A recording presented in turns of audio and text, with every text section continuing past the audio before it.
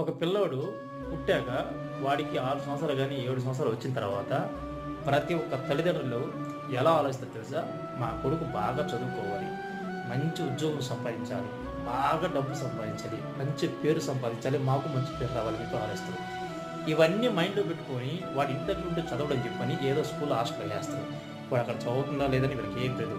ఏదో నెలకో, 2 నెలలకో వెళ్తారు. వాడికి కావాల్సింది తీసి వచ్చేస్తారు. ఇప్పుడు వాడికి 6 సంవత్సరాలకి, 7 సంవత్సరాలకి తీసుకెళ్ళి ఒక హాస్టల్‌లో పడేస్తే వాడికి 40, 50 వచ్చిన తర్వాత మనల్ని తీసుకెళ్ళి ఒక అనాథాశ్రమంలో పడేస్తే తప్పేంటి? మనం ఏది చేస్తే అదే కలిసొస్తది.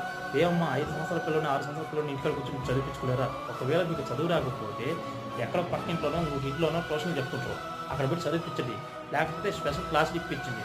అంతేగాని 6 సంవత్సరాలకి, 7 సంవత్సరాలు తీసుకురా హాస్టల్‌లో పడేస్తే వాళ్ళు ఎలా పెరుగుతారు? కనీసం మనం ఏం నేర్పించాలో కూడా మనం నేర్పించుకోకపోతే ఇంకెలా పెరుగుతారమ్మా? మనం ఏం చేస్తే అదే కలిసొస్తది. తప్పుకనుకోవద్దు.